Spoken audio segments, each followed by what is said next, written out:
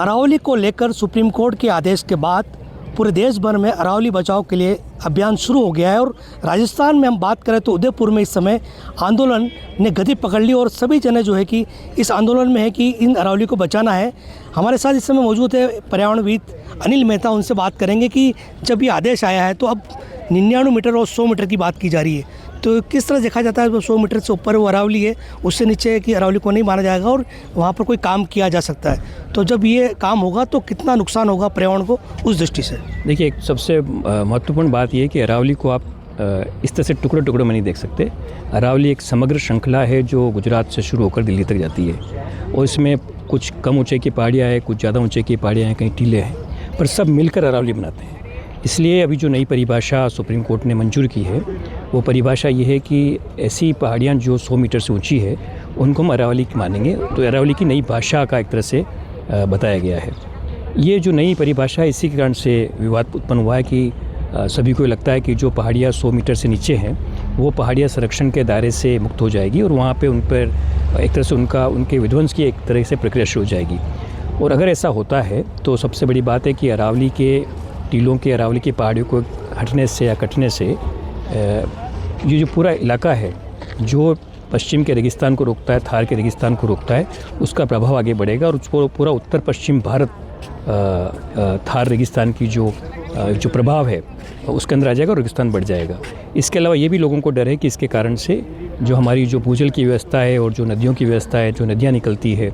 उन सब के अंदर भी प्रभाव पड़ेगा और ये पूरा जो इलाका है इसकी जलवायु, इसकी पानी, इसकी मौसम, इसकी हवा, इसकी कृषि, इसकी आजीविका सब पर असर आएगा। तो ये जो नई परिभाषा है इसके मंजूर होने से, जो सुप्रीम कोर्ट ने मंजूर कर ली है, उसके कारण से लोगों में बड़ा चिंता है कि अरावली हटती है तो हमारी संस्कृति, हमारा इतिहास, हमारा सामरिक इतिहास और हमारी पूरा भूगोल एक तरह से वो बिगड़ जाएगा और इससे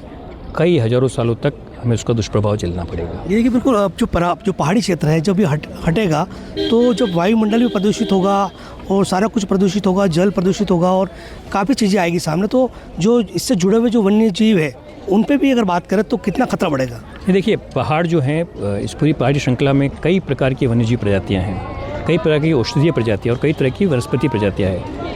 पहाड़ जो है उन सबको हार्बर करता है, पहाड़ी में सब कुछ होता है। तो इनका हटना, पहाड़ी का हटना मतलब ये सारे जो जिसे हम जैव विविधता कहते हैं, ऊपरी जैव विविधता खत्म हो जाएगी तो उसके बड़े दुष्परिणाम होंगे, क्योंकि जैव विविधता का नष्ट होना मानव जीवन का नष्ट होना होता है। सुप्रीम कोर्ट की जब परिभाषा को चेंज करने के लिए किस तरह के प्रयास आप लोग भी कर रहे हैं और आमजन को क्या करना चाहिए ताकि जो फैसला है वो फिर से एक बार उस पर कोई अमल किया जा सके? देखिए, ये जिस तरह का अभियान शुरू हुआ है सोशल मीडिया पे और मीडिया में, उसमें कई लोग बड़े वैज्ञानिक रूप से तथ्य रख रहे हैं और मुझे लगता है कि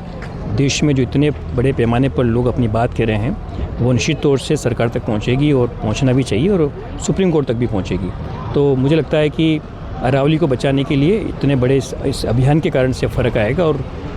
ऐसा विश्वास किया जाना चाहिए कि इस परिभाषा को बदला जाएगा और अरावली को बचाया जाएगा। अगर ये हटता है, अगर लोग इस पर काम शुरू कर देंगे, खनन भी होंगे कई चीज़ें,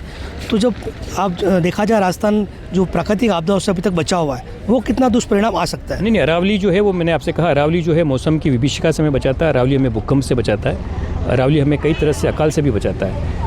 हमें गर्मी से भी बचाता है। इसलिए अरावली का हटना बहुत सारी प्राकृतिक विभीषिकाएँ लाएंगे जिनको हम कहते हैं एक्सट्रीम क्लाइमेट इवेंट्स, वो यहाँ पे आएंगे और जनजीवन अस्त व्यस्त हो जाएगा। तो ये सभी लोगों की इस बात की चिंता, इसलिए अभियान बहुत तेज़ी से, प्राकृतिक आपदाएँ बढ़ेगी,